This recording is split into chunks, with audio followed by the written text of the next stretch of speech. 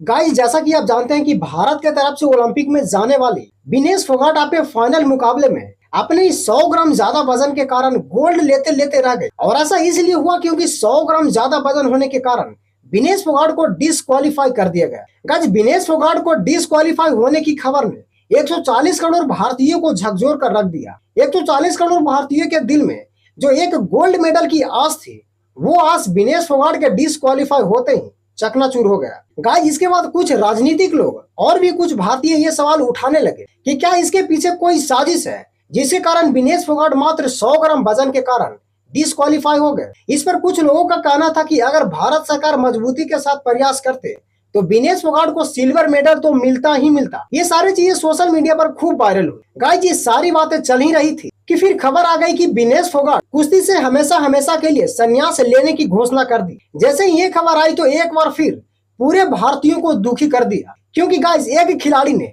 भारत की बेटी ने इतने सारे मेहनत किए, संघर्ष किए, इन्होंने एक समय सड़कों पर घसीटी भी गई, भारत के डाइटी सिस्टम के खिलाफ लड़ी और अपनी खेलों को इतना बेहतर बनाकर गोल्ड के इतने करीब पहुंचने के लिए संघर्ष किए, जिसके प्रति लोगों का कहना था कि अगर विनेश फोगाट को किसी भी प्रकार का मेडल मिल जाता तो इनके संघर्षों का ये परिणाम होता, लेकिन ऐसा ना हो सका। गाइस, जैसे ही विनेश फोगाट ने संन्यास का ऐलान किए तो आप तो जानते ही हैं कि भारत के नेता लोग ट्वीट करने आ जाते हैं, संतावना देने आ जाते हैं। वैसे ही कुछ नेता ने ट्वीट किए और गाइस, जैसा बताया गया है कि इन्हें किसी भी मेडल के बिना इनके राज्य के सरकार के द्वारा वही सम्मान दिया जाएगा जो मेडलिस्ट एथलीट को दिया जाता है। गाइस, ये वही भारत के बेटी है जिन्होंने जंतर मंतर पर सरकार के विरोध में प्रदर्शन किए थे। ये प्रदर्शन सरकार के ही एक नेता ब्रिजभूषण सिंह पर सेक्सुअल हैरेसमेंट के खिलाफ प्रदर्शन किया गया और इसी के कारण ये लोगों द्वारा कयास लगाया गया कि विनेश फोगाट को कहीं जानबूझकर तो डिस्क्वालीफाई नहीं कराया गया। लेकिन इस बातों में कितनी सच्चाई है ये तो अभी कहा नहीं जा सकता है, लेकिन विपक्ष के जो नेता हैं वो इसकी अच्छे से जांच की मांग कर रहे हैं। गाइस, विनेश फोगाट केवल एक मेडल के लिए नहीं लड़ रही थी, ये लड़ाई सरकार के खिलाफ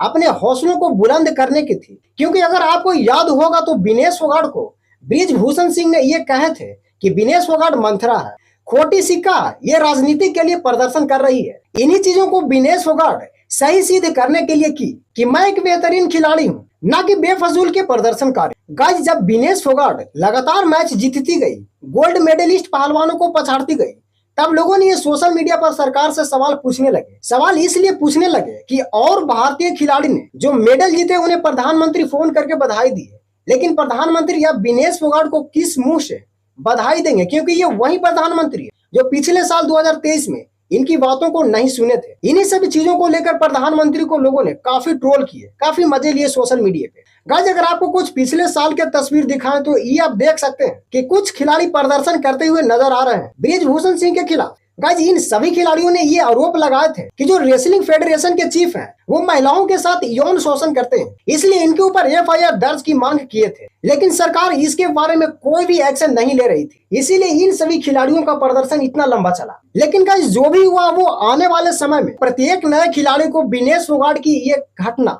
मोटिवेट करती रहेगी। तो गाइस, इसके बारे में आप लोगों की क्या राय है? विनेश फोगाट के साथ किसी ने साजिश की है कि अगर ये गोल्ड मेडल जीतती है तो कुछ लोग भारत में मुंह दिखाने लायक नहीं रहते, या फिर इनके साथ जो हेल्थ मेंटेनेंस टीम थे वो किसी प्रकार की गलती कर बैठे जिसके कारण मात्र 100 ग्राम, जी हाँ गाइस, मात्र 100 ग्राम ज्यादा वजन के कारण सभी भारत के लोगों के गोल्ड मेडल का सपना खत्म हो गया। अपनी राय हमारे कमेंट सेक्शन में जरूर लिखें। मिलेंगे इसी तरह के नेक्स्ट वीडियो में। जय हिंद।